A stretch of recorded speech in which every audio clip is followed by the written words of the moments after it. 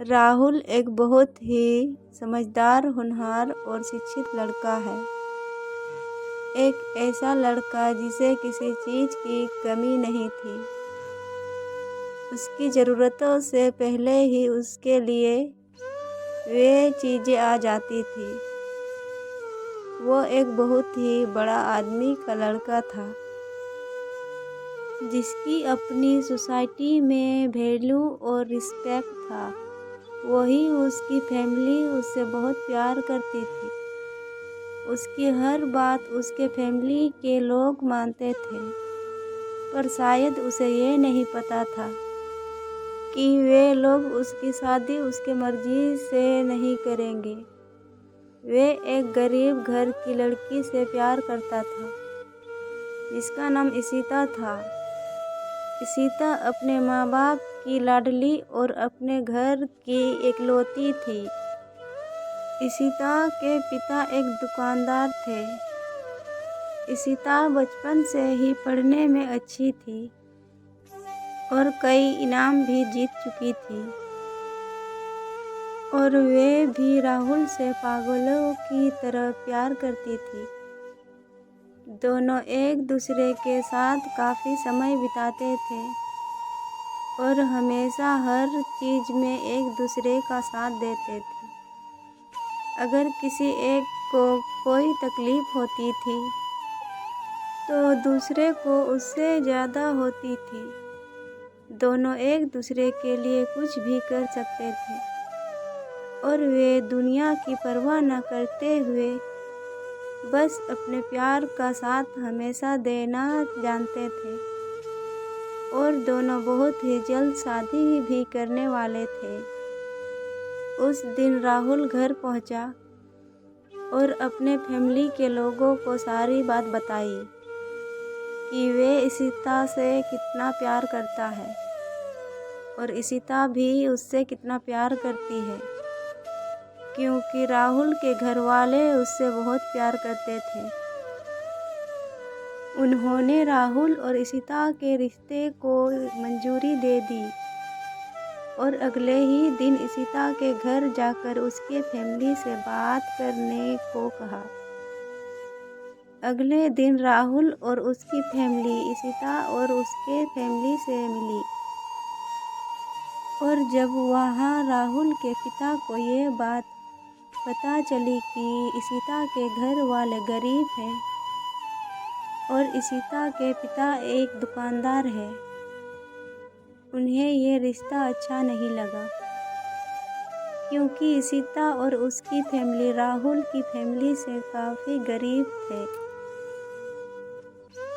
और उनके स्टेटस को कहीं भी मैच नहीं कर पा रही थी।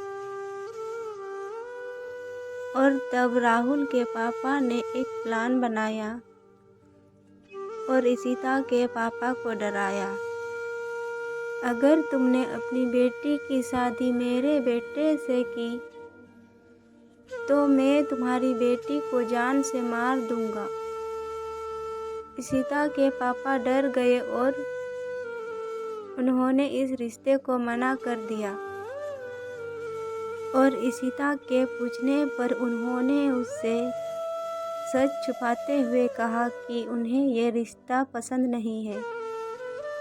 जब ये बात राहुल को पता चली तो वो इशिता के घर आया और इशिता के पापा से इसका कारण पूछा।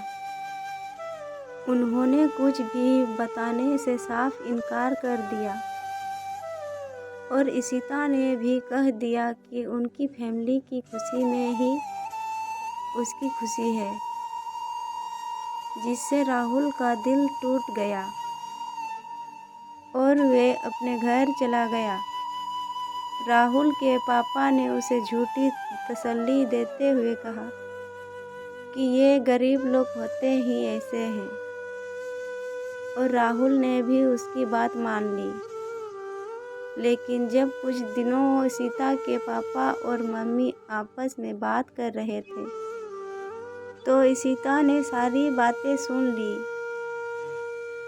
और तुरंत राहुल को फ़ोन करने लगी। लेकिन राहुल इतने दुखी था कि उसने सीता का फ़ोन नहीं उठाया, लेकिन बार बार फ़ोन करने के बाद राहुल ने फ़ोन उठाया और बोला, अब क्या चाहती हो? और फिर सीता ने राहुल को सारी बात बताई कि कैसे उसके पापा ने सीता के पापा को धमकी दी और ये रिश्ता तोड़ने पर मजबूर कर दिया।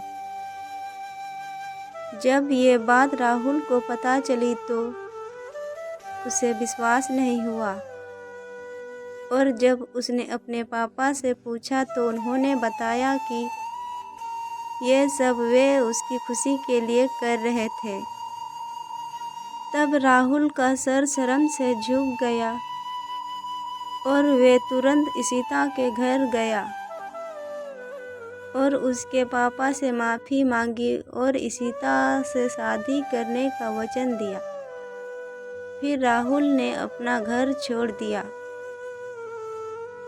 राहुल अपना घर छोड़ देने के बाद वह एक छोटी सी कंपनी में नौकरी करने लगा। नौकरी करते करते कुछ महीना बीत गया। राहुल काम करते करते वो बड़ा आदमी बन गया और फिर सीता से शादी कर लिया। शादी करने के बाद वे दोनों साथ साथ रहने लगे सीता के घर में, क्योंकि सीता अपने माँ बाप की एकलौती औलाद थी। इसलिए सीता अपने माँ बाप को छोड़कर नहीं जाना चाहती थी और सीता अपने माँ बाप की सहारा थी।